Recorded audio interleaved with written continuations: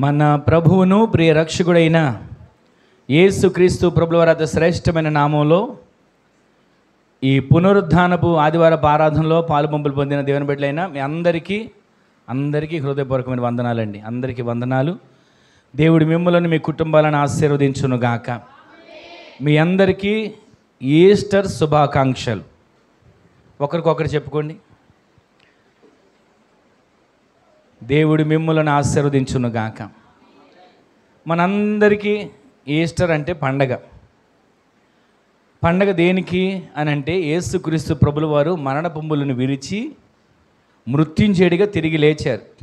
అయితే ప్రతిరోజు ప్రతి క్షణం ఈ పునరుద్ధాన పండగ రోజు మాత్రమే ఆయన మాటలను వినడం, ఆయన మాటలను చదవడం, ఆయన మాటలను ధ్యానించడం కాదు, కానీ ప్రతిరోజు ఆయన మరణ పునరుద్ధానాలు మనం జ్ఞాపకం చేసుకుంటూ ఉండాలి. ఇక్కడ మీకు ఒక మాట కనపడుతుంది కదా వెనక బ్యానర్ మీద, మేము పునరుద్ధానుడైన క్రీస్తును ప్రకటించుచున్నాము అని. అంటే మనమందరం చాలామంది భూమి మీద పుట్టి గొప్ప గొప్ప పేర్లు తెచ్చుకొని మట్టిలో కలిసిపోయిన వారు ఉన్నారు. చాలామంది బ్రతికుండగానే సమాధి చేయించుకొని సమాధిలోకి వెళ్ళి మేము కూడా సమాధిని గెలిచాం అనేవారు ఉన్నారు. కానీ సమాధిలోకి వెళ్ళిన వారు ఆ సమాధిలో నుండిపోయారు. కానీ మనం ఆరాధించే దేవుడు ఎవరంటే సమాధిలో లేడు, ఆయన సమాధి ఖాళీగా ఉంది. ఆమెను చెప్పండి. ఆయన సమాధిలో లేడు, ఆయన సమాధిని గెలిచి తిరిగి లేచాడు. ఆమెను చెప్పండి. యేసు ప్రభు పుట్టినరోజు అని మనం చాలా సంతోషిస్తాం క్రిస్మస్ అప్పుడు. తర్వాత యేసు ప్రభు పుట్టినరోజు అండి క్రిస్మస్ అండి అని చెప్పి కేకులు కట్ చేసుకుంటాం, సంబరాలు చేసుకుంటుంటాం. అలాగే ఆయన చనిపోయిన రోజును జ్ఞాపకం చేసుకుంటాం. గుడ్ ఫ్రైడే రోజు జ్ఞాపకం చేసుకున్నాం కదా. మూడో లక్షణం ఏమిటి చెప్పనా? మూడో విశేషత, ఆయన తిరిగి లేచింది కూడా మనం పండగ చేసుకుంటున్నాం. ఆమెను చెప్పండి. యేసుక్రీస్తు ప్రభుల వారిలో అందరు ఈ లోకంలో ఉన్నవారు, ప్రపంచంలో ఉన్నవారు ఎందరో పుట్టినరోజులు చేసుకుంటారు, తర్వాత చనిపోయిన రోజులు చేసుకుంటారు. పలానా ఆయన పలానప్పుడు పుట్టాడండి అని పుట్టినరోజు చేస్తారు. ఆయన బ్రతుకు లేకపోయినా చనిపోయినా సరే మరలా చనిపోయిన రోజు కూడా చేస్తారు. జయంతి అని, వర్ధంతి అని ఈ విధంగా కార్యక్రమాలు కొనసాగిస్తారు. అయితే ఈ లోకంలో ఘనులుగా పుట్టినవారు పుట్టినరోజులు ఉన్నాయి. వారు భూమి మీద పుట్టి బ్రతికి జీవించి తర్వాత కాలం ముగించుకొని చనిపోయిన తర్వాత మరలా వాళ్ళకి చనిపోయిన రోజులు ఉన్నాయి. ఇదిగో పలానా ఆయన పుట్టాడండి పుట్టినరోజు, పలానా ఆయన చనిపోయాడండి చనిపోయిన రోజు అని ఉంటున్నాయి. కానీ ఎవరికైనా ఈయన తిరిగి లేచిన రోజు అని లేఖనాలు మనం ఎక్కడన్నా కనీసం లోకంలో ప్రపంచంలో ఎక్కడైనా మనం చూస్తున్నామా?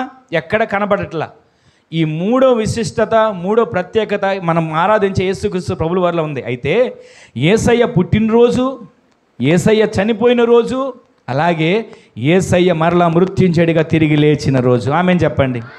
మనం ఆరాధించేది సిలువ వేయబడిన యేసయ్యను కాదు, మనం ఆరాధించేది సమాధి చేయబడిన యేసయ్యను కాదు, లేదా మనం ఆరాధించేది యేసయ్య సమాధిని కాదు. ఆయన సమాధిని తిరిగి లేచాడు. ఆ లేచిన పునరుద్ధానుడైన యేసయ్యను మనం ఆరాధిస్తూ ఉన్నాం. దేవునికే మహిమ కలుగును గాక. ఈ రోజున ఒక కొద్ది మాటలు మీకు జ్ఞాపకం చేస్తాను. చూడండి, అపొస్తలుల కార్యాల గ్రంథం 3వ అధ్యాయం 15వ వచనంలో రాయబడిన మాట ఒకసారి చూడండి. 3:15, మీరు జీవాధిపతిని చంపితిరి కానీ దేవుడు ఆయనను, ఆ జీవాధిపతిని మృతులలో నుండి లేపాడు, అందుకు మేము సాక్షులం. గట్టిగా ఒకసారి ఆమెను చెప్పండి. మీరు యేసయ్యను చంపారు సైనికులారా, రోమా ప్రభుత్వంలో ఉన్నవారులారా, మీరు యేసయ్యను చంపారు, యేసయ్యను తృణీకరించారు, యేసయ్యను నిరాకరించారు, యేసయ్యను త్రోసివేసేశారు. యేసయ్య మాకు అవసరం లేదనుకున్నారు. మీరు ఎవరిని కోరుకున్నారో తెలుసా? నేరాలు చేసిన ఒక వ్యక్తి. ఏం పేరు ఆయన పేరు చెప్పండి? బరబ్బా. నరహత్యలు చేసిన వ్యక్తి, ప్రజలను హింసించిన వ్యక్తి, ప్రజలను బాధించిన వ్యక్తి. ఆ వ్యక్తి మాకు కావాలని చెప్పి బరబ్బను కోరుకున్నారు కదా. మీరు జీవాధిపతిని తోసేశారు, కానీ పరలోకమందున్న దేవుడు ఆయనను లేపాడు. ఆమేన్ చెప్పండి. ఆయనను లేపాడు. దానికి ఎవరు సాక్షులం? దానికి మేము సాక్షులం గట్టిగా చెప్తున్నారండి. ఈ రోజున వాళ్ళ ఆలోచనలు ఏంటంటే, మేము యేసయ్య గురించి చెబుతాం, మేము యేసయ్య గురించి సాక్షులుగా నిలబడతాం, అవసరమైతే మేము యేసయ్య గురించి హతసాక్షులుగానైనా మార్చబడతాం. వారికి ఉన్న నిరీక్షణ, వారికి ఉన్నటువంటి ఆ వైరాగ్యం, వారికి ఉన్నటువంటి ఆత్మ నింపుదల ఎక్కడి నుంచి వచ్చింది? ఒకప్పుడు పిరికివారే, గదిలో దాక్కుని ఉన్నవారే, ఒకప్పుడు భయస్థులే, ఎవరేం చేస్తారో యేసయ్యకే అంతటి పరిస్థితి వస్తే మా గతి ఏంటి అనుకున్నవారే. కానీ ఈరోజు ఏమంటున్నారో తెలుసా? మేము సాక్షులమయ్యా, జీవాధిపతిని మీరు చంపారు, జీవాధిపతిని మీరు తృణీకరించారు, జీవాధిపతిని మీరు నిరాకరించారు, అయినా దేవుడు ఆయనని మృతులలో నుంచి లేపాడు. ఇది మేము ఏదో మాట మాత్రం చెప్పి వెళ్ళిపోవడం కాదు, మేము సాక్షులుగా నిలబడతాం. ఎక్కడైనా సరే ఆ పునరుద్ధానుడైన క్రీస్తుని గురించి మేము ప్రకటిస్తూనే ఉంటాం. హల్లెలూయా. ఈరోజు నీ మాటలు వింటున్న మనందరి జీవితంలో యేసయ్య శ్రమల గురించి మాట్లాడుతూ ఉంటారు. మాట్లాడాలంటే ఇలా ఈ విధంగా పునరుద్ధానం గురించి మాట్లాడాలంటే పునరుద్ధాన పండగ వస్తేనే మనం మాట్లాడతాం. యేసయ్య శ్రమల గురించి మాట్లాడుతుంటాం. కానీ ప్రతిరోజు ఆయన మరణ పునరుద్ధానాల గురించి మనము ప్రచురించేవారిగా మార్చబడుదుము గాక. ఆయన మన కోసం మరణించాడని, ఆయన మన కోసం శ్రమ పొందాడని, ఆయన మన కోసం సమాధి చేయబడ్డాడని, ఆయన మన కోసమే తిరిగి లేచాడని, ఆయన మరణ పునరుద్ధానాలను ప్రతిరోజు అనేకులు ఎదుట మేము సాక్షులం అని చెప్పే విధంగా మన ఆత్మీయ జీవితం మార్చబడును గాక. మరొక మాట చూపిస్తాను చూడండి. కొరింథీయులకు రాసిన మొదటి పత్రిక 15వ అధ్యాయం 12వ వచనం నుంచి 15వ వచనం వరకు చూడండి. క్రీస్తు మృతులలో నుండి లేపబడి ఉన్నాడని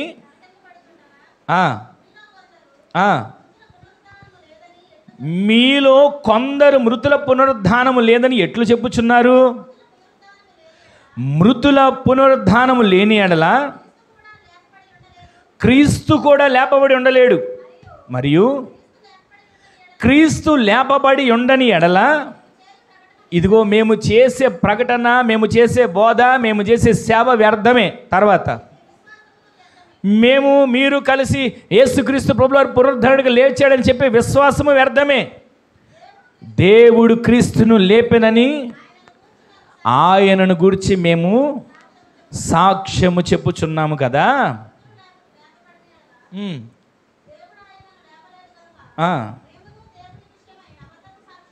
ఈ రోజున ఇక్కడ ఈ మాటలు మనం వింటున్న ఈ మాటలు మీకు అర్థం విధంగా కొన్ని మాటలు మీకు జ్ఞాపకం చేస్తాను. కొందరు ఉంటారు, నాస్తికులుగా ఉంటారు, అసలు దేవుడు అంటేనే నమ్మరు, దేవుడు అంటేనే ఇష్టపడరు. వారు ఎలా అనుకుంటారంటే మనిషి పుడతాడండి, మనిషి చనిపోతాడు, అంతే మనిషి జీవితం. మనిషిగా పుట్టాడు, మనిషిగా తన బ్రతుకు కొంతకాలం జీవించాడు, కష్టపడ్డాడు, కుటుంబం వచ్చింది, పిల్లలు వచ్చారు, తన కష్టార్జితాన్ని తన కుటుంబాన్ని పోషించుకున్నాడు, తనకంటూ ఒక నివాసాన్ని ఏర్పరచుకున్నాడు, తనకంటూ ఒక స్థానాన్ని, ఒక గుర్తింపును తెచ్చుకున్నాడు. తన జీవితకాలం అయిపోయింది, తన బ్రతుకు ముగిసింది, చనిపోయాడు, ఇక అంతటితో అయిపోయింది అని అంటుంటారు. అదే మనమైతే ఏమంటాం తెలుసా? యేసుక్రీస్తు ప్రభువుల ఒక మాట అన్నారు కదా, మరణమా నీ ముల్లెక్కడ, ఓ మరణమా నీ విజయం ఎక్కడ? మరణపు ముళ్ళును విరిచినవాడు క్రీస్తే. దేవునికే మహిమ కలుగును గాక. ఈ రోజున ఈ మరణం, ప్రతి ఒక్క వ్యక్తి మరణం అంటే భయం, మరణం అంటే ఆందోళన, మరణం అంటే వేదన, మరణం అంటే చింత. కానీ క్రీస్తులో ఉన్న మనకట మనము మరణించి మట్టికి మట్టిగా కలిసిపోయిన, బూడిదిగా మార్చబడిపోయిన ఒక దినాన మనల్ని బూడిదలో నుంచి లేపి జీవింప చేయబోతున్నాడు. ఆమె చెప్పండి. ఈ విశ్వాసం మనలో ఉందండి. ఈ విశ్వాసం ద్వారా మన అడుగులు ముందుకు వేస్తున్నాం. ఈ రోజున ఈ మాటలు వింటున్న మనం ఇంకొక మాట మీకు జ్ఞాపకం చేస్తాం. కొరింథీయుల ప్రజలు గ్రీకు దేశస్తులుగా ఉండేవాళ్ళు. వాళ్ళకున్న సిద్ధాంతాలు ఎలా ఉండేయంటే చెప్తాను వినండి. మనుషులు దేహంలో ఉన్నంత వరకు కష్టాలు ఉంటాయి. దేహంలో జీవించినంత వరకు, పుట్టినప్పటి నుంచి చనిపోయే వరకు మనిషిగా పుట్టిన వాడికి కష్టాలు ఉంటాయి అని అంటారు. ఇంకేమంటారంటే మనిషిగా పుట్టినవాడు పాపాలు చేస్తాడండి, మనిషిగా పుట్టినవాడు వాడు ఇష్టం వచ్చినట్లు బ్రతుకుతాడు, ఒక రోజున చనిపోతాడు. చనిపోయాడా తర్వాత ఆ మనిషి ఏమవుతాడంటే చనిపోయిన తర్వాత మట్టికి మట్టిగా కలిసిపోయిన తర్వాత గాల్లో తిరుగుతుంటాడు. వాళ్ళ సిద్ధాంతం ఎలా ఉండేది, గ్రీకు దేశస్తుల సిద్ధాంతం, మనిషి దేహంలో ఉన్నంత వరకు తనకన్నిటిని చూసుకుంటాడు, అన్నిటిలో కష్టాలు ఉంటాయి, అన్నిటిని అనుభవిస్తాడు, కష్ట సుఖాలు ఎదుర్కొంటాడు. అయితే మనిషి చనిపోయిన తరువాత ఇక వాళ్ళకున్నటువంటి ఆలోచన ఏంటంటే గాల్లో తిరుగుతుంటాడు. చాలామంది అంటారు కదా, గాలి పట్టింది. విన్నారా ఈ మాట ఎప్పుడైనా? ఎవరు వినలేదా? చాలాసార్లు అంటుంటారు గాలి పట్టిందని. దెయ్యం పట్టింది అనవచ్చుగా, గాలి పట్టింది అంటారు. నా చిన్నప్పుడు మా అమ్మ కూడా బయటికి వెళ్ళేటప్పుడు తలస్నానం చేత బయటికి వెళ్ళనిచ్చేది కాదు. ఆ బూడిద, పొయ్యిలో ఉన్న బూడిద తీసి మొహాన్ని బొట్టు పెట్టి ఇప్పుడు వెళ్ళరా బయటికి అనేది. తలస్నానం చేయించి ఏ రోజు నన్ను బయటికి వెళ్ళనిచ్చేది కాదు. ఎందుకనంటే గాలి పడుతుందంట. ఎవరు చూసినా గాలి పడుతుంది అంటారు. మరి ఇంతవరకు ఆ గాలి గాలి అంటున్నారు. ఇక్కడ కూడా గ్రీకు సిద్ధాంతాలు, గ్రీకు దేశస్తులు కూడా వాళ్ళకున్న సిద్ధాంతం ఏంటంటే మనిషి దేహంలో ఉన్నంత వరకు కష్టాలు ఉంటాయి. చాలామంది అంటారు కదా, నేను చచ్చిపోయేంత వరకు నాకు ఈ కష్టాలు పోవట్లేదండి, నా కష్టాలు పోవాలంటే నేను పోవాలి అని అనుకుంటుంటారు. అయితే వీరి సిద్ధాంతం కూడా ఏంటంటే మనిషి దేహంలో ఉన్నంత వరకు కష్టాలు ఉంటాయి, పాపాలు చేస్తుంటాడు, దాన ధర్మాలు చేస్తుంటాడు, పుణ్యాలు చేస్తుంటాడు, ఒక రోజు చనిపోతాడు. అయితే ఆ చనిపోయిన మనిషి గాల్లో తిరుగుతుంటాడు అని వాళ్ళ సిద్ధాంతం. ఇంకా కొన్ని సిద్ధాంతాలు ఉన్నాయి. మనిషి పాపం చేసి చనిపోతేనంట, వినే ఉంటుంది మాట, మనిషి పాపం చేసి చనిపోతే మరొక జన్మ ఉంటుందంట. ఆ జన్మలో ఈ పాపం అంతటిని కూడా సరి చేసుకోవడానికి ఒకవేళ ఈ పాపాన్ని బట్టి ఒక జన్మలో కాకిలాగా పుడతాడేమో అని అదొక సిద్ధాంతం. కాకిగా పుట్టినా కానీ పాపం పోలేదనుకోండి, ఇంకో జన్మలో కుక్కలాగా పుడతాడని. కుక్కలాగా పుట్టినాక పాపం పోలేదనుకోండి, ఇంకొక జన్మలో పందిలాగా పుడతాడని. ఇక ఏ రకంగా పుట్టినా పాపం పోవట్లేదు అనుకొని వాళ్ళ సిద్ధాంతం నమ్ముతున్నారు. కానీ బైబిల్ చెప్పేది ఏంటో తెలుసా, మనిషికి జన్మ ఒకటే, మనిషికి మరణం ఒకటే. ఆ మనిషి క్రీస్తుతో కూడా పునరుద్ధాన వరుసలో లేపబడబోతున్నాడు. ఆమేన్ చెప్పండి. ఇవన్నీ మనం ఎందుకు జ్ఞాపకం చేసుకోవడం తెలుసా, ఇవన్నీ కూడా ఆ పాపాన్ని పరిష్కరించుకోవడానికి మరొక జన్మ ఎత్తుతాడండి. ఇదిగో 7 జన్మలు ఉంటాయి, 12 జన్మలు ఉంటాయి, ఇదిగో ఫలానా ఇన్ని జన్మలు ఉంటాయి అంటుంటారు కదా. మనిషికి ఎన్ని జన్మలు ఉంటాయి అన్నది కాదు, అసలు మనిషికి ఒకటే జన్మ, ఒకటే చావు. ఈ రోజున దేవుని వాక్యం వింటున్న మనం నమ్మేది ఏంటంటే, ఒకరోజు చనిపోయి పాతిపెట్టబడే మన జీవితాలు యేసయ్య ఎలా లేచారో అలా మనం పునరుద్ధాన వరుసలో లేపబడబోతున్నాం. గట్టిగా ఆమేన్ చెప్పండి. ఈ రోజున మన విశ్వాసం, మన నిరీక్షణ ఏంటి తెలుసా, ఈ దేహం కాదు, మహిమ కలిగిన దేహంతో మనం లేపబడబోతున్నాం. గట్టిగా ఆమేన్ చెప్పండి. మనము మహిమ కలిగిన దేహంతో క్రీస్తుని ఎదుర్కోబోతున్నాం. గట్టిగా ఆమేన్ చెప్పండి. ఈ మహిమ దేహం యొక్క విలువలేంటో కొన్ని విషయాలు మీకు జ్ఞాపకం చేస్తాను, వినండి. చాలామంది పరిశుద్ధ గ్రంథంలో మరణించారు, మీకు వారిని జ్ఞాపకం చేపిస్తా. చాలామంది పరిశుద్ధ గ్రంథంలో మరణించారు, మరలా తిరిగి లేచారు. ఆ తిరిగి లేవడం కాదు, మనము క్రీస్తుతో కూడా మహిమ దేహంతో తిరిగి లేచేవారిగా మార్చబడబోతున్నాం. ఆమేన్ చెప్పండి. మీకు రెఫరెన్స్లు చెప్తాను, రాసుకోండి, చదవక్కర్లేదు. రాజుల మొదటి గ్రంథం 17వ అధ్యాయం 17వ వచనం నుంచి 24వ వచనం వరకు ఒక రెఫరెన్స్ రాసుకోండి. రాజుల మొదటి గ్రంథం 17వ అధ్యాయం 17వ వచనం నుంచి 24వ వచనం వరకు మీకు ఒక మాట జ్ఞాపకం చేస్తా. సారెపతు అనేటువంటి ఒక గ్రామంలో ఒక విధవరాలు ఉంది. ఆ విధవరాలు కుమారుడు, ఆ విధవరాలు ఇద్దరు కలిసి జీవిస్తున్నప్పుడు ఆ ప్రవక్త, ఏలియా ప్రవక్త ఆ ప్రాంతానికి వచ్చాడు. దేవుడు పంపిస్తే వచ్చిన తర్వాత వారితో కూడా ఉన్న తర్వాత కరువు కాలమంతా వారు పోషించబడ్డారు. ఇక్కడి వరకు చరిత్ర మనకు తెలుసు. అయితే ఈ 17వ వచనం నుంచి 24వ వచనం వరకు రాయబడిన మాటలేంటో తెలుసా, అక్కడ తన బిడ్డ చనిపోయాడు. ఎవరి బిడ్డ చెప్పాలి మీరు? సారెపతు ఊరి విధవరాలి బిడ్డ చనిపోయాడు. అప్పుడు ఆ తల్లి ఏం చేసిందో తెలుసా, వెంటనే దైవజనుడి దగ్గరికి వెళ్ళి, అయ్యా ఇందుకేనా మా ఇంటికి వచ్చింది? నువ్వు మా ఇంటికి వస్తే ఏదో మేలు జరుగుద్ది అనుకుంటే, నువ్వు మా ఇంటికి వస్తే మాకేదో లాభం వచ్చింది అనుకుంటే, నువ్వు మా ఇంటికి వస్తే మాకేదో కలిసి వస్తుంది అనుకుంటే, ఇదేంటయ్యా నా బిడ్డ చనిపోయాడు, ఇలా ఎందుకు జరిగింది, అసలు నువ్వు ఎందుకు వచ్చావు అన్నట్లుగా మాట్లాడుతుంది. వెంటనే ఏలియా గారు ప్రార్థన చేయగా సారెపతు ఊరి విధవరాలి బిడ్డ కుమారుడు బ్రతికాడు. అప్పుడు ఏమంటుందో తెలుసా, అప్పటి వరకు తిట్టింది, తిట్టకుండా తిట్టి ఉంటుంది. అసలు ఎందుకు వచ్చావయ్యా, నువ్వేం సేవకుడివి, నువ్వేం పాస్టర్వి, నీదేం బ్రతుకు, నువ్వు మా ఇంట్లో అడుగు పెట్టావు, మొత్తం నాశనం అయిపోయింది, నువ్వు మా ఇంట్లో అడుగుపెట్టి ఇలా జరిగింది అని ఉంటుంది, నా పిల్లోడు చనిపోయాడు అని ఉంటుంది. వెంటనే ఆయన ప్రార్థన చేయగానే ఆ పిల్లోడు బ్రతికాడండి. అప్పుడు ఏమంటుందో తెలుసా, నీవు నిజమైన సేవకుడివి, ఇందుని బట్టి నువ్వు నిజమైన సేవకుడిని గుర్తించా. ఒక మనిషికి 2 మాటలు, ఒకే నాలుగులో 2 మాటలు వచ్చాయి. అప్పటి వరకు ఆ ఇంటికి వచ్చినంత వరకు చక్కగానే ఉంది, పోషించబడ్డారు. కరువు కాలంలో పిల్లోడు చనిపోయేపటికి మాట మారింది, మరలా పిల్లోడు బ్రతికేపటికి మరలా మాట మారింది. ఈ తిరిగి లేవటం ఇదొకటి. మరొకటి అదే రాజుల 2వ గ్రంథంలో, రెఫరెన్స్లు రాసుకోండి, 4వ అధ్యాయం 20 వచనం నుంచి 37 వచనం వరకు రాయబడిన మాటలో షూనేమీరాలు ఉంటుంది. ఆమె పిల్లోడు చనిపోతాడు, ఆమె కుమారుడు. అప్పుడు ఎలీషా దగ్గరికి వెళుతుంది. ఎలీషా దగ్గరికి వెళ్ళిన తర్వాత ఎలీషా ఎందుకు వచ్చింది, ఏం బాధలో ఉంది అని అడిగితే ఆమె నేను బాగానే ఉన్నానని చెప్తుంది పనివాడితో.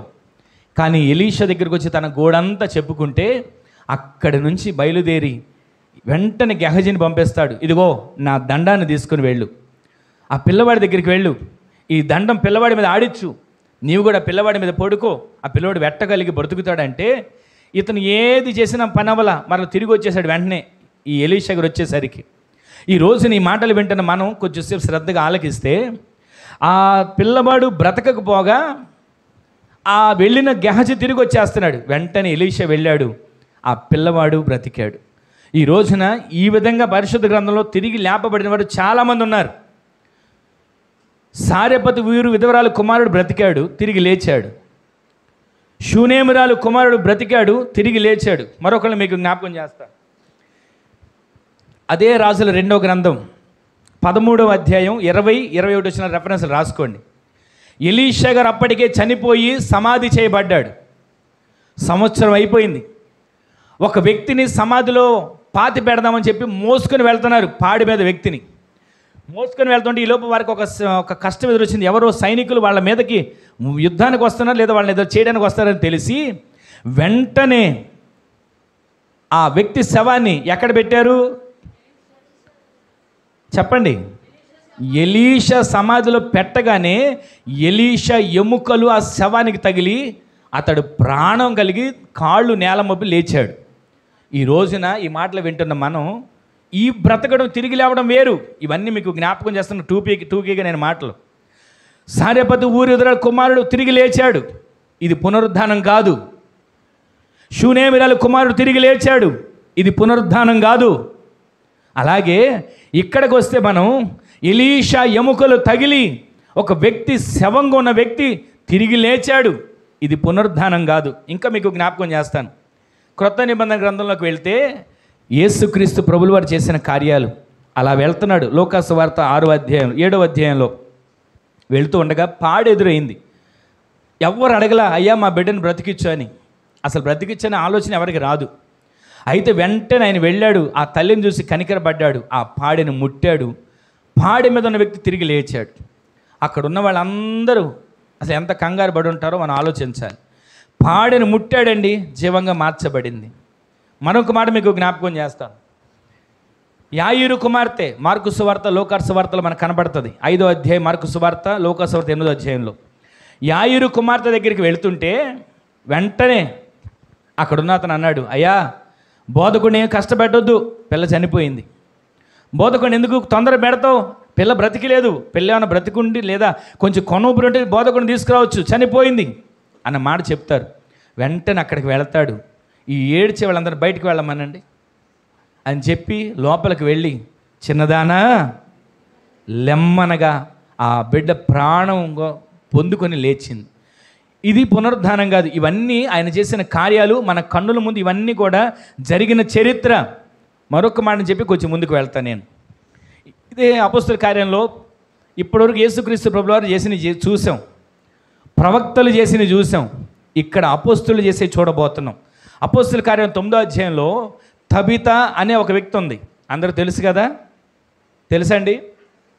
తబిత, ఆమెకు ఒక పేరుంది. ఏం పేరు చెప్పండి? దోసకాయ కాదండి, డోర్కా. కొత్త పేర్లు పెడుతున్నారా? తబిత అనే వ్యక్తి చనిపోయింది. చనిపోతే వెంటనే అందరు ఏడుస్తూ వచ్చి, అయ్యో ఇదిగో ఈ ఈ వస్త్రాలు కుట్టిందండి, ఈ పని చేసిందండి, ఇక ఆమె బ్రతుకుని ఈ చేసింది, ఇవన్నీ చెప్తున్నారు. చెబుతూ ఉండగా ఆయన వెంటనే ఏడ్చే వాళ్ళందరూ బయటికి పొమ్మనండి. దేవుని సందులో ఏడ్చేవాళ్ళు కాదు, దేవుని సందులో ప్రార్థించేవాళ్ళు లేపబడుదురుగాక. వెంటనే పేతురు గారు వచ్చాడు, అక్కడికి లోపలికి వెళ్ళాడు. తబిత లెమ్మనగా ఆమె దిగ్గున లేచింది. మరొక వ్యక్తిని మీకు చూపించేసి ముందుకు వెళ్తాను. పౌలు గారు, అపోస్తలుడైన పౌలు గారు ఒక చోట ఇలాగే ఆదివారం రొట్టె విరిచే సమయంలో వాక్యాన్ని బోధిస్తూ ఉండగా ఒక వ్యక్తి ఎక్కడ కూర్చున్నాడండి? ఎక్కడ చోట్లేదంట, మందిరంలో ఎక్కడ చోట్లేనట్టు కిటికీలో కూర్చొని నిద్రపోయి తూగి. ఎన్ని అంతస్తులు బిల్డింగ్ అది? 3 అంతస్తుల బిల్డింగ్లోంచి కిందకి పడిపోయాడు. చనిపోయి ఉంటాడా బ్రతుకుంటాడు చెప్పండి? చనిపోయాడు. అతని పేరు ఐతుకు. వెంటనే పౌలు వచ్చారు. పౌలు గారు వెళ్ళి అతని కొరకు ప్రార్థన చేయగా అప్పుడు లేచి వారితో కూడా ప్రార్థించడానికి వెళ్ళాడు. దేవునికే మహిమ కలుగును గాక. ఎంతవరకు ఈ విధంగా చనిపోయిన వారందరూ తిరిగి లేచారు కదా, లేచారు. ఇది ఒక పునరుద్ధానం. చనిపోయిన సారెపతు ఊరి విధురాలు కుమారుడు బ్రతికాడు, పునరుద్ధానం.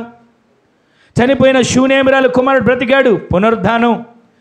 ఎలీషా ఎముకలు తగిలి శవము జీవంగా మార్చబడింది, ఇదొక పునరుద్ధానం.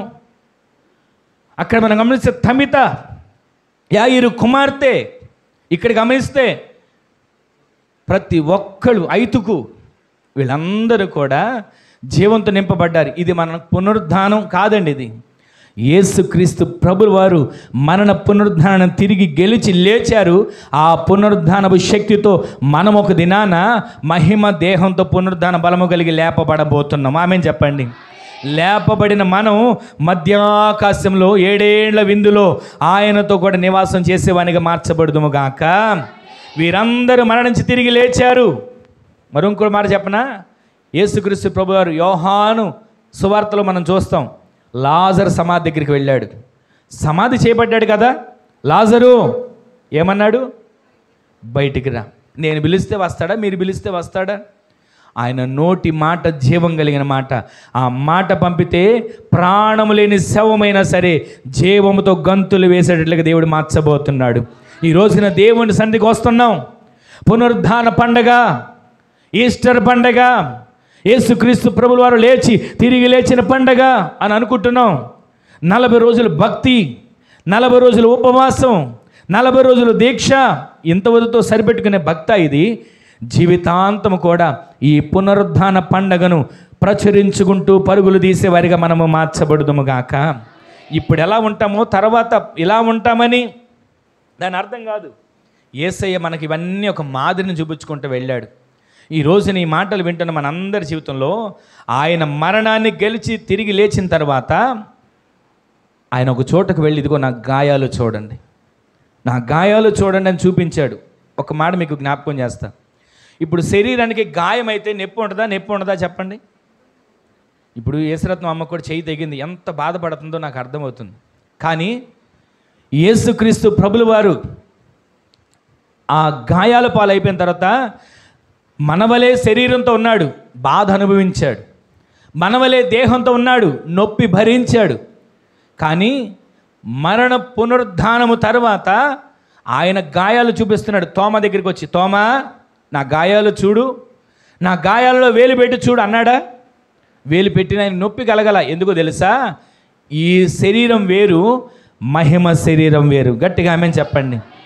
మనము ఈ శరీరంతో ఆయన దగ్గరికి వెళ్ళిపోతామని అనుకుంటున్నాం, కానీ మహిమ శరీరాన్ని దేవుడు మనకి ఇస్తాడు. ఇది మూలుగుతున్న గుడారం, ఇది అద్దె గుడారం, ఇది ఎంత పెట్టినా సంతోషం లేని గుడారం. ఈరోజు బిర్యానీ పెట్టండి, కాసేపుడికి ఏం తిన్నావులే, ఏం పెట్టావులే అంటది. ఈరోజు ఒంటి నిండా చక్కగా చక్కటి మంచి రంగురంగుల వస్త్రాలు వేయండి, ఏం బాగున్నాయిలే బట్టలు అని అనుకుంటుంది. ఈ రోజున శుభ్రంగా ఒంటికి ఒక మంచి సబ్బుతో రుద్దుకోండి, ఏముందిలేండి అంత మురికే కదా అనుకుంటుంటారు. ఈ శరీరం మనకి సంతోషాన్ని ఇవ్వదు, ఎంత తిన్నా తృప్తినివ్వదు, ఎంత అనుభవిస్తున్నా, ఎంత సుఖపడుతున్నా ఏమాత్రం అది ఎంత మాత్రం ఇది అని అన్నట్లుగా ఉంటుంది. కానీ మన మహిమ దేహంతో నింపబడినప్పుడు శరీరంలో గాయాలున్నా, శరీరంలో బలహీనతలున్నా, శరీరంలో అంగవైకల్యంతో ఉన్నా, శరీరంలో ఒక కన్ను లేకుండా ఉన్నా, శరీరంలో ఒక అవయవం లేకుండా ఉన్నా, ఆయన మహిమ దేహంలో మనము సమస్తము పొందుకున్న వారిగా ఆయన ఎదుటి నిలబడబోతా ఉన్నాం. హల్లెలూయా, హల్లెలూయా. ఈ రోజున ఆయన మహిమ దేహంతో వచ్చినప్పుడు తలుపు తీయక్కర్లా. శిష్యులందరూ గదిలో ఉన్నారు. యేసుక్రీస్తు ప్రభువారు వెళ్ళారా? ఎవరైనా తలుపు తీశారా? లోపలికి వెళ్ళిపోయారా? చెప్పండి, తెలిసిన చరిత్ర కదండి. యేసుక్రీస్తు ప్రభువారు లోపలికి వెళ్ళి నిలిచారు. ఎవ్వరు తలుపు తీలా. ఈ రోజున మహిమ దేహంతో ఎక్కడికైనా ప్రయాణం చేయొచ్చు. ఈ శరీరంతో ఎంత దూరం ప్రయాణం చేస్తాం? ఒక రోజు ఒక 100 కిలోమీటర్లు తిరిగితే అలసిపోయామంటాం. ఒక రోజంతా తిరిగామంటే ఓపిక లేదంటాం. కానీ మహిమ దేహంతో మనము ప్రపంచమంతా తిరిగే శక్తిని దేవుడు మనకి ఇచ్చునుగాక. ఆయనతో పాటు యుగ యుగాలు జీవించే భాగ్యాన్ని దేవుడు మనకు అనుగ్రహించునుగాక.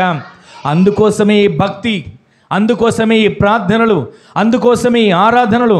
ప్రతిరోజు ఈ శరీరం, మూలుగుతున్న శరీరం అద్దె గుడారము కాదు, కానీ మహిమ దేహంతో మనము దేవుని ఎదుట నిలబడగలిగిన శక్తి కలిగిన వానిగా దేవుడు మనల్ని నిలబెట్టునుగాక. చాలామంది పునరుద్ధానం లేదు అని వాదిస్తుంటారు. ఇందాక మనం చదివిన మాటలో పౌలు గారు అంటారు, పునరుద్ధానం అనేది లేకపోతే మేము ప్రకటించి ప్రకటనలంతా వ్యర్థమే కదా. పునరుద్ధానం అనేది లేకపోతే మీ విశ్వాసం మా విశ్వాసం వ్యర్థమే కదా. పునరుద్ధానం ఉంది, ఆయన మాదిరి ఉంచి వెళ్ళాడు. పునరుద్ధానం ఉంది, ఆయన తిరిగి లేచాడు. పునరుద్ధానం ఉంది, ఆయన మరలా రాబోతున్నాడు. పునరుద్ధానం ఉంది, మనము మేఘాల మీద ఎత్తబడబోతున్నాము. ఆయనతో కూడా రెప్పపాటున మేఘాల మీద ఎత్తబడి ఆయనతో కూడా జీవించే భాగ్యం మనందరికీ దేవుడు దయచేయునుగాక. ఈస్టర్ పండగ అంటే సెలబ్రేషన్స్ కాదు. ఈస్టర్ పండగ అంటే పునరుద్ధానం. ఈస్టర్ అనేది ఎక్కడ కనబడదు. రెజరెక్షన్. దేవుని సందులో మనము ఆ పునరుద్ధాన శక్తిని పొందుకునే వారికి ప్రతిరోజు మనకు శక్తి ఉండాలండి. పునరుద్ధాన శక్తి, పునరుద్ధాన బలము, పునరుద్ధానటువంటి అభిషేకం మన మీద ప్రతి నిత్యము దేవుడు అనుగ్రహించునుగాక. గడిచిన సంవత్సరం ఈ పునరుద్ధాన పండుగ రోజు కొన్ని మాటలు వింటూ వచ్చాం. పునరుద్ధానం పొందినప్పుడు ఎలా ఉన్నారు, పునరుద్ధానం పొందినప్పుడు ఎలా ఉన్నారో చాలా మాటలు వింటూ వచ్చాం. ఈ దినాన కొన్ని మాటలు యేసుక్రీస్తు ప్రభుల వారు పునరుద్ధానం అయిన తర్వాత ఏం చెప్పాడో, ఏమేమి చేశాడో కొన్ని మాటలు, 3 మాటలు నేను రిఫరెన్స్లు చెప్పి ముగించేస్తాను. మొదటి మాట చూద్దాం, చూడండి. యోహాను సువార్త 20వ అధ్యాయం 19వ వచనం. 20:19 వచనం. యోహాను సువార్త. ఆదివారము సాయంకాలమున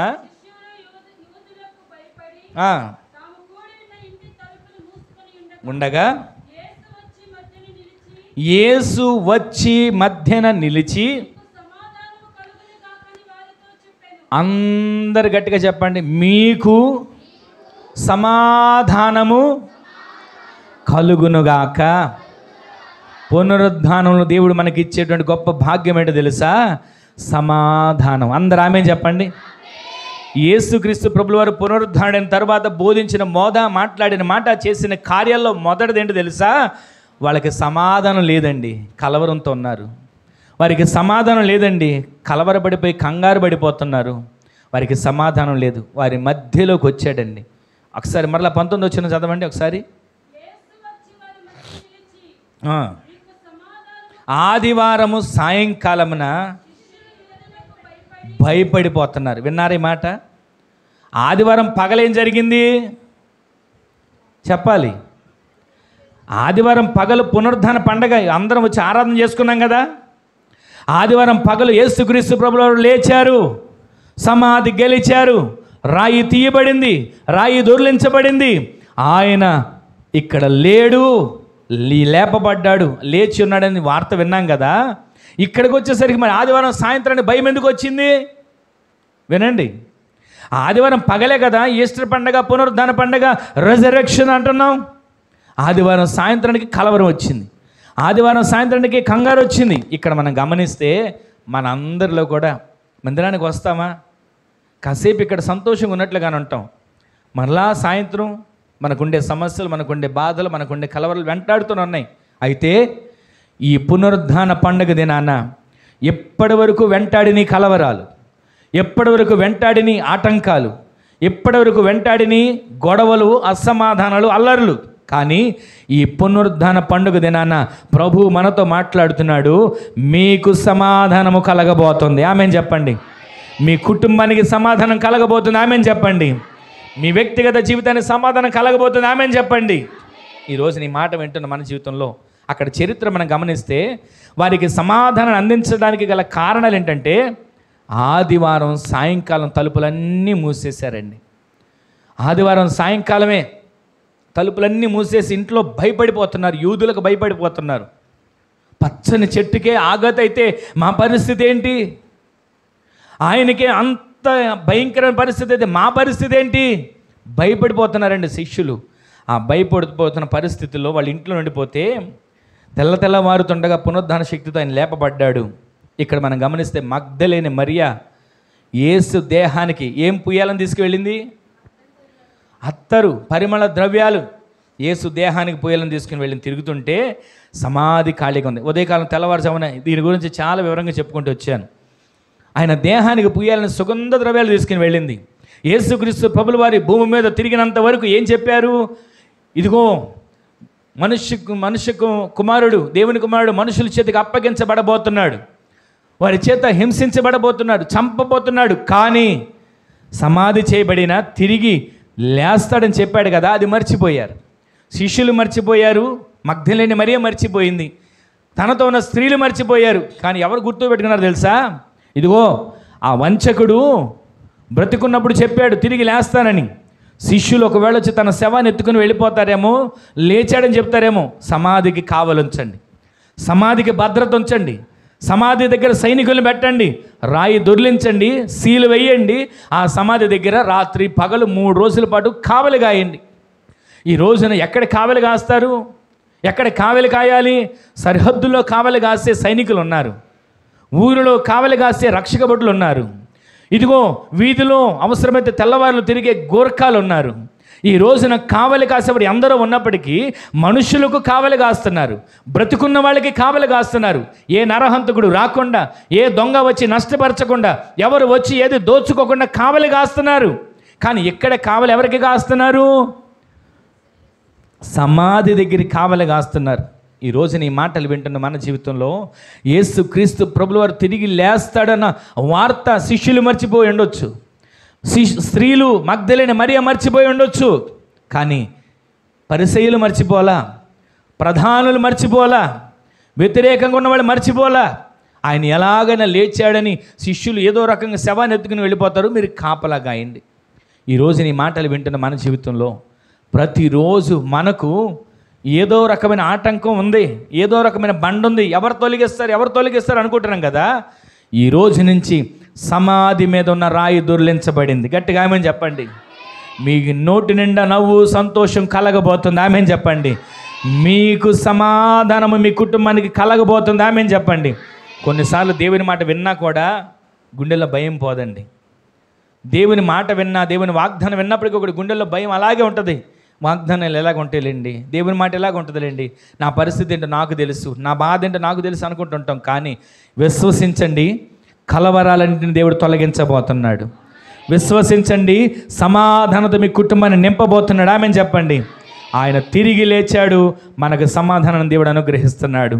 దేవునికే మహిమ కలుగును గాక. యూదుల భయం, కొన్ని భయాలు మీకు జ్ఞాపకం చేస్తా. ఒక ఆవిడ ప్రార్థన చేసుకోవడానికి కూడా వీలు లేకంట భయంతో బాత్రూంలోకి వెళ్ళి ప్రార్థన చేసుకుంటుందంటండి. ప్రార్థన చేసుకోవడానికి కూడా వీలు లేదు. ఇంట్లో ఉన్నవారు ప్రార్థన చేస్తే ఊరుకోరు, ఎవరైనా వింటే ప్రార్థన చేస్తే ఊరుకోరు. అందుకని చెప్పి ఎక్కడికి వెళ్ళి ప్రార్థన చేసుకుంటుందో తెలుసా? బాత్రూంలోకి వెళ్ళి ఆ ట్యాప్ విప్పి ఆ నీళ్లు పడతా ఉంటుంటే ఆ సౌండ్లో, ఆ మోతలో ఈమె ప్రార్థన బయటకు వినపడుకోకుండా తండ్రి నాయన అంటూ ఆ బాత్రూంలో ప్రార్థన చేసుకుంటూ ఉంటుంది.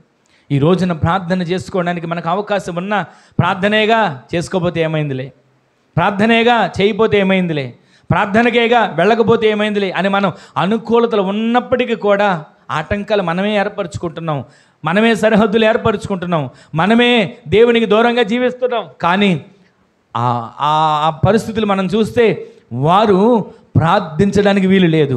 యూదులకు భయపడిపోతున్నారు. బయటికి వెళితే ఏమవుతుందో, యేసుక్రీస్తుని చంపినట్టు మమ్మల్ని చంపేస్తారు, బయటికి వెళితే ఏమవుతుందో మా ప్రాణాలు పోతాయి అనుకున్నారు. కానీ ఒక దినాన్ని అంటారు, మేము సాక్షులం. ఆయన మీరు చంపారు, మేము సాక్షులం. ఆయన తిరిగి లేచాడు, మేము సాక్షులం. ఆయన మరణ పునరుద్ధానాన్ని ప్రకటించడానికి మేము సాక్షులం. ఎక్కడి నుంచి వచ్చింది ధైర్యం? ఎలా వచ్చింది ధైర్యం? అపొస్తలుల కార్యాలు మనం చూస్తాం.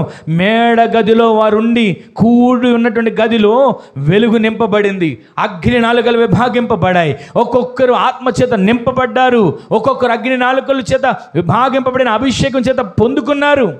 అప్పుడు ఆత్మ ఒక్కొక్కరిలో ధైర్యపరిచి ఆత్మ వచ్చి, చంపుతారా? అయినా పర్వాలేదు, నా దేవుని కోసం చనిపోతాం అలా అని చెప్పి శిష్యులందరూ ఏ విధంగా చనిపోయారో చరిత్ర మీకు తెలియందేం కాదు. నేను తల క్రిందులుగా వేలాడబడి చంపండి అన్న కొందరు, చర్మం ఒలవబడి చంపబడిన వారు కొందరు, యాతన పెట్టబడి చంపబడిన వారు కొందరు, తల మొండం వేరు చేయబడి చంపబడిన వారు కొందరు. వాళ్ళంతా చర్మాన్ని ఒలిచేసి ఆ రక్తం కారుతున్న దేహం పైన కారం అంటించి చనిపోయిన వారు కొందరు. ఎన్ని విధంగా చనిపోయినా వాళ్ళకున్న నిరీక్షణుడు తెలుసా? శ్రేష్టమైన పునరుద్ధాన వరుసలు మేము లేపబడాలి. గట్టిగా ఆమేన్ చెప్పండి. ఈ లోకంలో చిన్న శ్రమ వస్తేనే మందిరం మానేస్తామే, ఈ లోకంలో చిన్న కష్టం వస్తేనే దేవుడిని పక్కన పెట్టేస్తామే, ఈ లోకంలో చిన్న మాట ఎవరైనా అంటేనే పక్క వారితో మాట్లాడుకొని ఉంటున్నామే. ఈ రోజున ఆ శ్రమలను చూసి మనం చిన్న శ్రమకే కొన్ని ఒకవేళ పని అవ్వకపోతే, ప్రార్థనకి జవాబు రాకపోతేనే దేవుడు లేడు అనుకుంటున్నామే. వారు ఎన్ని శ్రమలు పడ్డారండి, చంపబడ్డారు, రంపాలతో కోయబడ్డారు, చర్మం ఒలుస్తూ ఉంటుంటే, చనిపోయిన మేకకు చర్మం ఒలుస్తుంటేనే ప్రాణం అల్లాడిపోద్ది. చూస్తున్నప్పుడు మనిషి బ్రతుకుండగానే ప్రాణతుండగానే చర్మాన్ని ఒలుస్తుంటే వాళ్ళు ఎంత అల్లాడిపోయి ఉంటారు. ఒలవడం ఒక ఎత్తు, ఆ ఒలిచిన దేహం అంతా కారం అంటించేవాళ్ళు. ఈరోజు నీ మాటలు వింటున్న మన జీవితంలో వీళ్ళందరూ ఎందుకని ఈ విధంగా యాతన పెట్టబడ్డారు? శ్రేష్టమైన పునరుద్ధాన వరుసలో ఉండాలి. గట్టిగా ఆమేన్ చెప్పండి.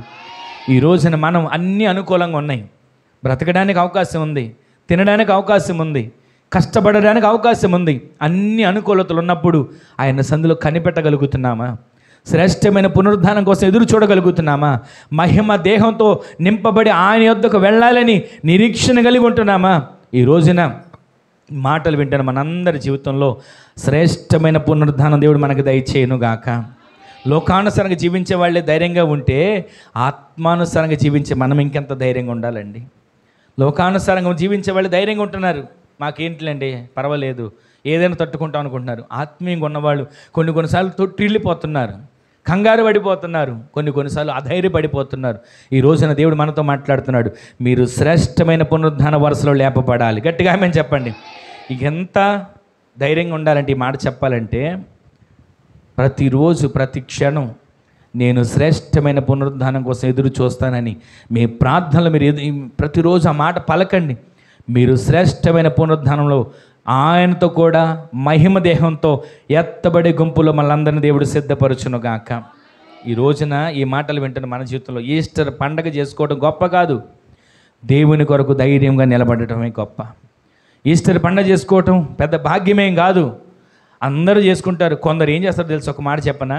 40 రోజులు కష్టపడి 40 రోజులు పళ్ళు బిగించుకొని ఉపవాసం ఉండి మాంసం ముక్క తినకుండా మందు చుక్క తాగకోకుండా ఉపవాసం ఉండి 40 రోజులు అయిపోయిన తర్వాత 41వ రోజు మొదలు పెడతారు. ఈస్టర్ పండగ పగలు అయిపోయిన తర్వాత సాయంత్రం మొదలు పెడతారు. ఈ రోజున ఈ మాటలు వింటున్న మనం గడిచిన వారం చెప్పాను కదా, ఎన్నిసార్లు ఆయన గాయాలను రేపుతున్నాం.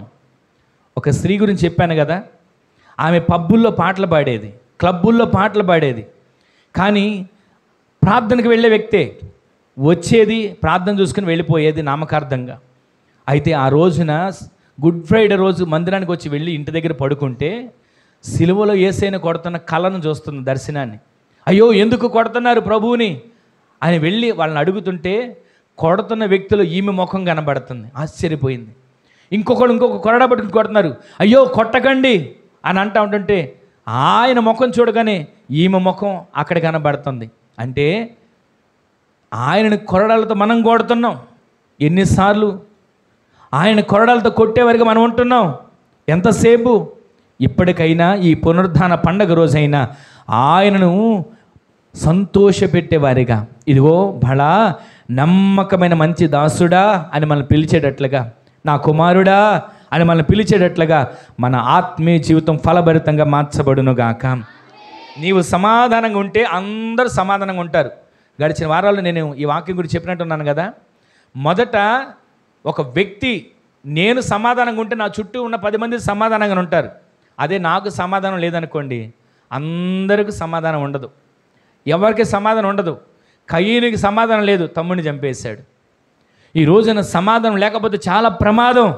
అందుకే ప్రభువులు వారు పునరుద్ధానమైన తర్వాత మొట్టమొదటి పలికే మాట అంటే తెలుసా?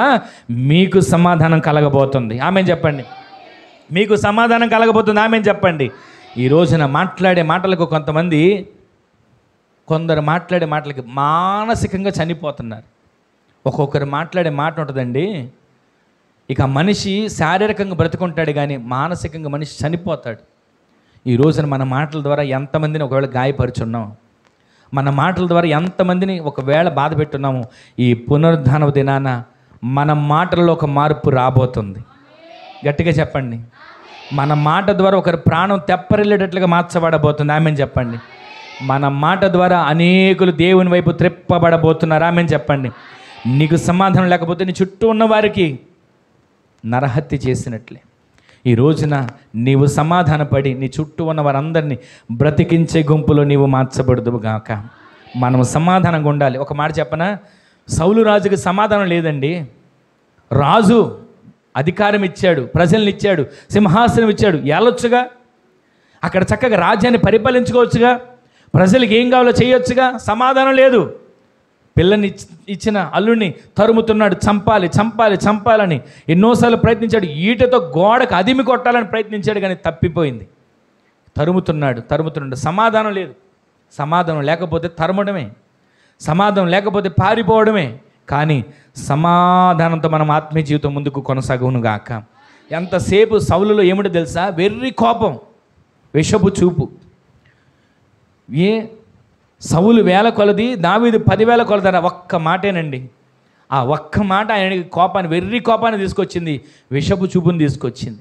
దాని ద్వారా దావీదు ఉండకూడదు. అరే, దావీదు ఉండబట్టే కదా గొల్యాతును జయించాం, దావీదు ఉండబట్టే కదా మేమందరం ఇప్పుడు సురక్షితంగా ఉన్నాం, దావీదు వెళ్ళి యుద్ధం చేయబట్టే కదా ఇప్పుడు రాజ్యం నెమ్మదిగా ఉందని అనుకోవాలి కదా.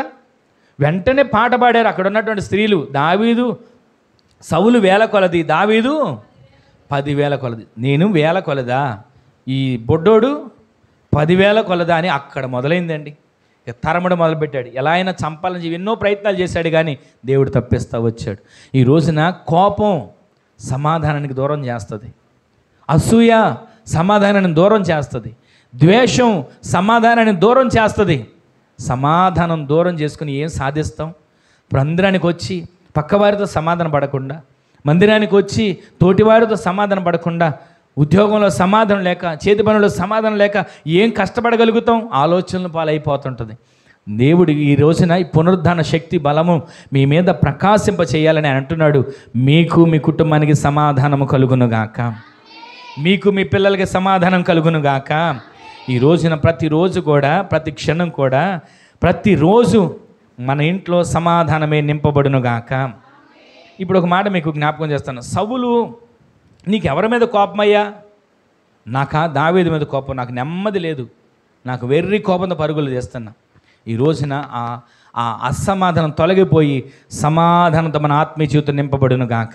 దేవుడు మనకిచ్చిన స్థాయి, దేవుడు మనకిచ్చినటువంటి సంతోషాన్ని బట్టి మనము ప్రతిరోజు సంతోషిస్తూ సమాధానంతో ముందుకు కొనసాగగలిగే భాగ్యం దేవుడు దయచేయను గాక.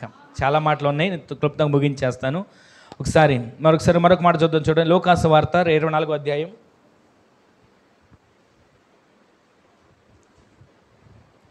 49వ వచనం.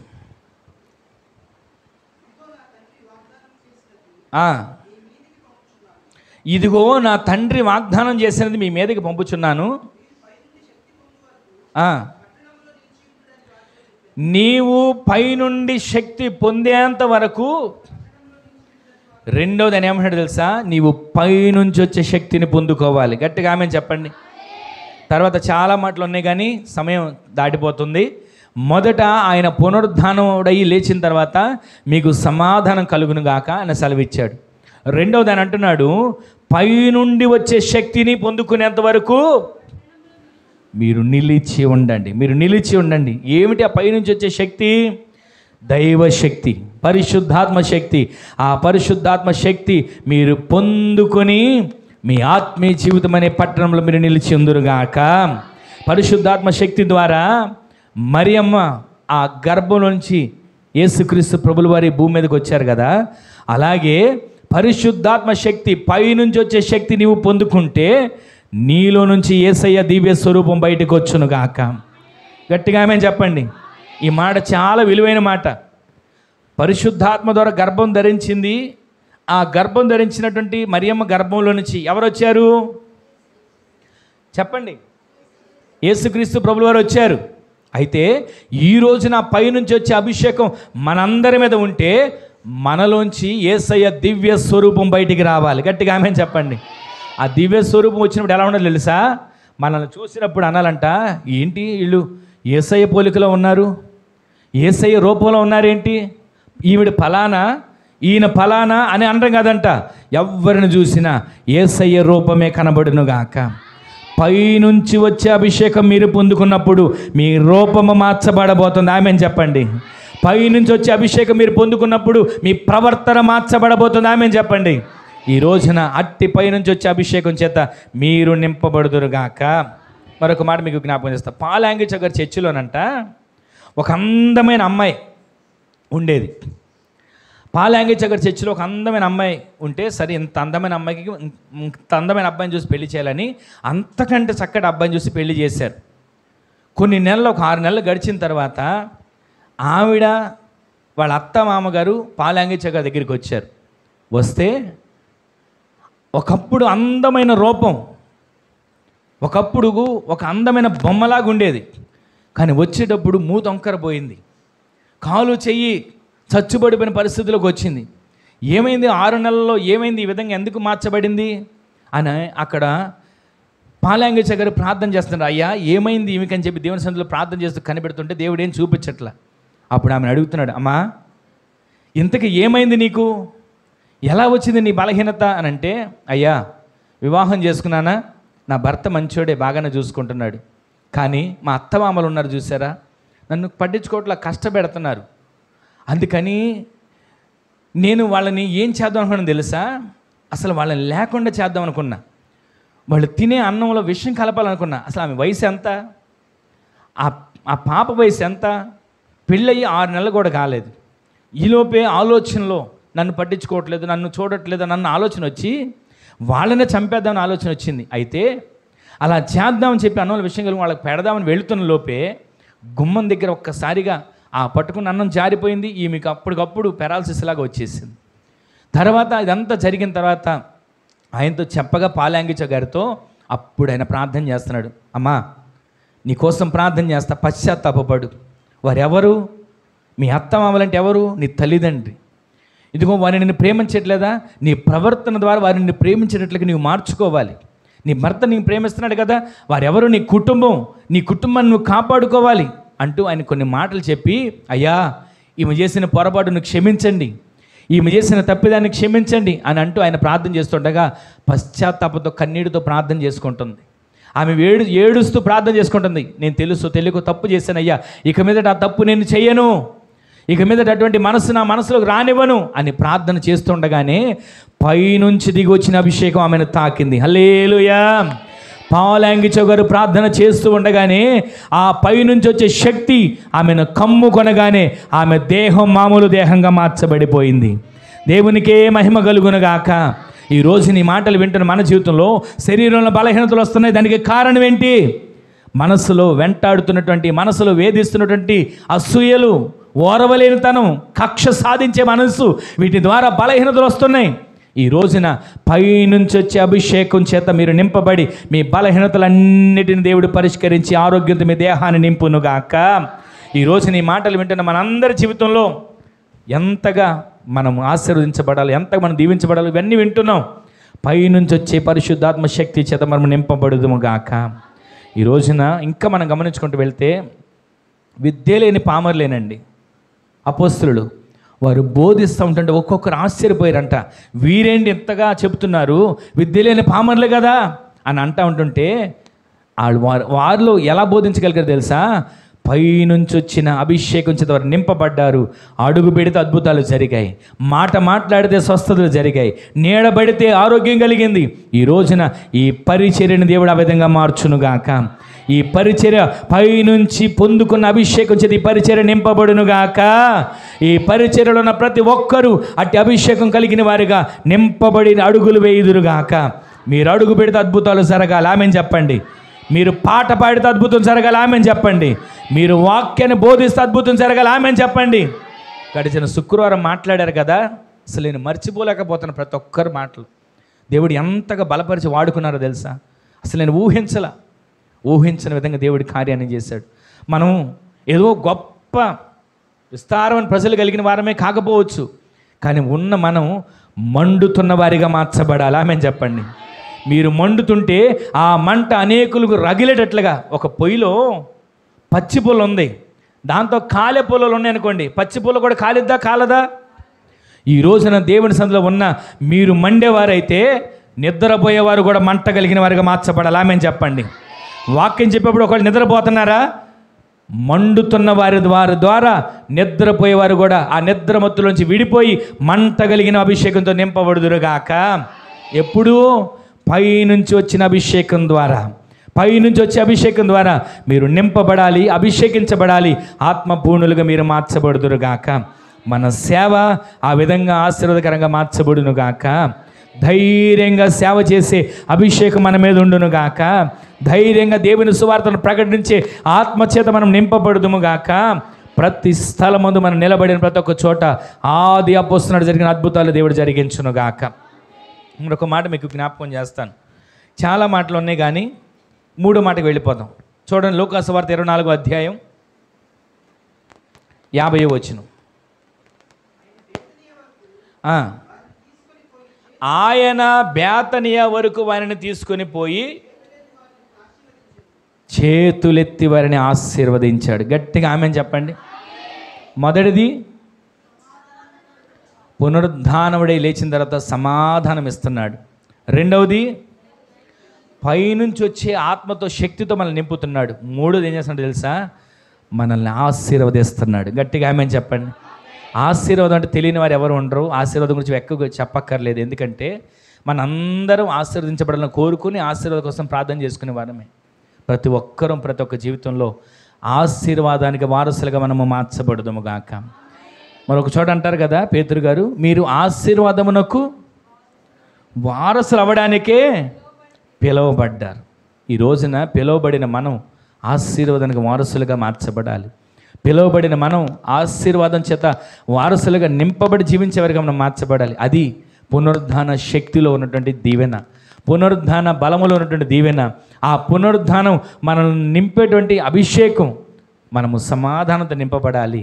మనము పైనుంచి వచ్చే పరిశుద్ధాత్మ శక్తితో నింపబడాలి. మనము ఆయన పునరుద్ధాన ఆశీర్వాదం చేత నింపబడుదుముగాక. ఈరోజు నీ మాటలు వింటున్న మనందరి జీవితంలో ప్రతిరోజు ఈస్టర్ పండగ అని సంబరాలు చేసుకోవటం, ఈస్టర్ పండగ అని ఏదేదో కార్యక్రమాలు చేసుకోవటం కన్నా ఆయన శక్తిని మనం పొందుకుంటున్నామా? ఆయన సమాధానాన్ని మనం పొందుకుంటున్నామా? ఆయన ఆశీర్వాదాన్ని మనం పొందుకుంటున్నామా? లోకస్వాతం చదివాం కదా, ఒకసారి చదవండి. 24:50. బేతనియ వరకు వారిని తీసుకుని వచ్చి చేతులెత్తి వారిని ఆశీర్వదించాడు. గట్టిగా ఆమెను చెప్పండి. చేతులు ఎందుకు ఎత్తాలో తెలుసా? చేతులెత్తితే జయము కలగబోతుంది. మోషే చేతులెత్తితే ఏం జరిగింది? జయము కలిగింది, జయము కలిగింది, జయము కలిగింది. ఇంకొక చోట ఉంది కదా, దావీదు భక్తుడు అంటాడు కదా, నేను చేతులెత్తుట సాయంకాల నైవేద్యం. ఈ రోజున మనము చేతులెత్తితే నైవేద్యం, మనము చేతులెత్తితే ఆశీర్వాదం, మనము చేతులెత్తితే జయం. అందుకే ప్రార్థించేటప్పుడు చేతులెత్తండి, చేతులెత్తండి, చేతులెత్తండి అని దేనికో తెలుసా? ఒక్క మాట చెప్పి నేను ముగించేస్తా. చేతులు ఎత్తినప్పుడు నేను చెప్పాను కదా ఒకసారి, మన చేతులు మన తలకి పైగా ఉంటాయా కిందకు ఉంటాయా? చెప్పాలి. పైగా ఉన్నాయి అంటే మన తలను దాటి వెళ్ళినాయి కదా. మన తలంపులకు మించిన ఆయన దగ్గర వేడుకునేటట్లుగా, జయము మనం పొందుకునేటట్లుగా ఆశీర్వాదం మన తలల మీద కుమ్మరించబడును గాక. ఆ విధంగా దేవుడు మనల్ని ఆశీర్వదించునుగాక. పునరుద్ధానపు ఆశీర్వాదం మీకు కలుగునుగాక. పునరుద్ధాన శక్తిలో ఉన్న జయము మీకు కలుగునుగాక. పునరుద్ధానంలో ఉన్న సమాధానం మీకు కలుగునుగాక. మోకరించండి, ప్రార్థన చేసుకుందాం. అందరూ మోకరించండి, ప్రార్థన చేసుకుందాం. ఒక క్షణం ప్రార్థన చేసుకోండి. ఎవరికి వారు ఒక చిన్న ప్రార్థన చేసుకోండి. దేవా, ఈ పునరుద్ధాన బలము, పునరుద్ధాన శక్తి నాకు కావాలయ్యా. నా ఇంట్లో ఈ పునరుద్ధాన బలము చేత నేను నింపబడాలి. నా కుటుంబంలో ఈ పునరుద్ధాన శక్తి చేత నేను నింపబడాలి. నన్ను బలపరచవా, నా పట్ల కార్యాన్ని చేయవా. పునరుద్ధానుడైన క్రీస్తు సమాధానాన్ని ఇస్తున్నాడు. పునరుద్ధానుడైన క్రీస్తు పైనుండి వచ్చి శక్తితో, పరిశుద్ధాత్మ శక్తితో నింపుతున్నాడు. మీరు శక్తి కలిగిన పరిచర్య మార్చబడేటట్లుగా, మీ నోట శక్తి కలిగిన మాటలు దేవుడు పలికించేటట్లుగా చేయబోతున్నాడు. పునరుద్ధానుడైనటువంటి క్రీస్తు చేతులెత్తి మిమ్మల్ని ఆశీర్వదించబోతున్నాడు. ఒక్క క్షణం, అయ్యా, ఈ పునరుద్ధానము శక్తిలో ఉన్నటువంటి ఆశీర్వాదం నాకు, నా కుటుంబానికి దయచేయవా. ఈ పునరుద్ధాన శక్తిలో ఉన్నటువంటి దీవెనల చేత మమ్మల్ని నింపవా. ఏదో మీరు సమాధిని గెలిచి లేచారని కాసేపు ఉండి వెళ్ళిపోయేటట్లుగా కాదయ్యా. మీ పునరుద్ధానుడిగా మీరు మాకు ఇచ్చేటువంటి సమాధానం మేము పొందుకోవాలి. పునరుద్ధానుడిగా మీరు మాకు ఇచ్చేటువంటి పరిశుద్ధాత్మ శక్తిని మేము పొందుకోవాలి. పునరుద్ధానుడిగా మీరు మాకు ఇచ్చేటువంటి ఆ ఆశీర్వాదాన్ని మేము పొందుకోవాలయ్యా. మీ చేతులెత్తి మమ్మల్ని ఆశీర్వదించడానికి మేము అర్హులుగా మార్చబడాలయ్యా. మా పట్ల ఒక కార్యాన్ని చేయమంటే ఒక చిన్న ప్రార్థన చేసుకోండి. ప్రేమగల తండ్రి, పరిశుద్ధుడా, జీవాధిపతి, గొప్ప దేవుడా, నీకు వందనాలయ్యా. మీ అపారమైన ప్రేమ కొరకు ధన్యవాదాలు సమర్పించుకుంటున్నాం. వెళ్ళకట్టలేని నీ కృప, విడదీయలేని నీ ప్రేమ ఎంతవరకు మమ్మల్ని సజీవులుగా కాపాడినందుకు నీకు కృతజ్ఞతలు తెలియజేసుకుంటున్నాం తండ్రి. అయ్యా, ఈ దినాన ఈ పునరుద్ధాన పండుగ ఆరాధనలో పాలు పంపులు పొందిన ప్రతి ఒక్క బిడ్డలను పేరు పేరున దీవించండి. మీరు మాట్లాడుతూ వచ్చారు కదయ్యా, మీకు సమాధానం కలుగుతుందని. మీరు మాట్లాడుతూ వచ్చారు కదయ్యా, పైనుండి వచ్చి పరిశుద్ధాత్మ శక్తితో మీరు నింపబడతారని. మీరు మాట్లాడుతూ వచ్చారు కదయ్యా, చేతులెత్తి మిమ్మల్ని ఆశీర్వదిస్తానని. ఈ పునరుద్ధాన శక్తిలో ఉన్నటువంటి దీవెనలు మేమందరం అనుభవించడానికి సహాయం చేయండి. అడుగుపెట్టిన ప్రతి ఒక్కరిని ఆశీర్వదించండి. బలహీనులుగా, రోగులుగా ఉన్నవారిని మీరు ముట్టి స్వస్థపరచండి. నీ బాహు చాపండి అయ్యా. నీ గాయపడిన హస్తం చాపి ఒక్కొక్కరి బలహీనతల నుంచి తొలగించండి. చెయ్యి తెగి బాధపడుతున్నటువంటి తల్లిని కూడా మీరు ముట్టి స్వస్థపరచండి. శరీరంలో బలహీనతలు ఉన్నవారిని మీరు ముట్టి స్వస్థపరచండి. మీ పునరుద్ధాన బలము ఇప్పుడే ఒక్కొక్కరిని తాకునుగాక. మీ పునరుద్ధాన శక్తి ఇప్పుడే ఒక్కొక్కరిని కమ్ముకునుగాక. బలమైన కార్యాలు బిడ్డల జీవితాలు జరిగించి మీరు మహిమను పొందమని, వారందరికీ కావలసిన కృపా క్షేమాలు సమృద్ధిగా దయచేసి మహిమను పొందండి. ఘనత, మహిమ, ప్రభావాలు మీకు ఆరోపించుకుంటూ అడుగుపెట్టిన ప్రతి ఒక్కరిని ఆశీర్వదించండి. జరగబోతున్న విందు కార్యక్రమాన్ని కూడా దీవెనకరంగా మార్చండి. పాలు పంపులు పొందిన, ప్రయాసపడిన, కష్టపడిన, సహకరించిన బిడ్డలందరినీ దీవించి ఆశీర్వదించి మేలు చేసి మహిమను పొందమని స్తుతి చెల్లిస్తూ మీ చేతులకు అప్పగిస్తూ ఘనత, మహిమ, ప్రభావాలు మీకు ఆరోపిస్తూ నజరేయుడైన యేసు క్రీస్తు పరిశుద్ధమైన శక్తి గల నామంలో స్తుతించి ప్రార్థించి అడిగి వేడుకొని పొందుకొని ఉన్నాము తండ్రి. ఆమేన్, ఆమేన్, ఆమేన్. మన తండ్రి అయిన దేవుని యొక్క ప్రేమ, కుమారుడును ప్రభు అయిన యేసు క్రీస్తు వారి యొక్క కృప, మహా కనికరం, పరిశుద్ధాత్మ దేవుని యొక్క అన్యోన్య సహవాసము, ఆయన సన్నిధి ఇప్పుడును ఎల్లప్పుడును మనకును, మనవలే ప్రార్థించే సకల పరిశుద్ధులకును కృపా సమాధానములు సదాకాలం సమృద్ధిగా తోడయ్యుండునుగాక. ఆమేన్. హల్లెలూయా, హల్లెలూయా, హల్లెలూయా. అందరికీ వందనాలండి, అందరికీ వందనాలు. మీ అందరికీ మరొకసారి ఈస్టర్ శుభాకాంక్షలు. దేవుడు మిమ్మల్ని, మీ కుటుంబంలో ఆశీర్వదించునుగాక.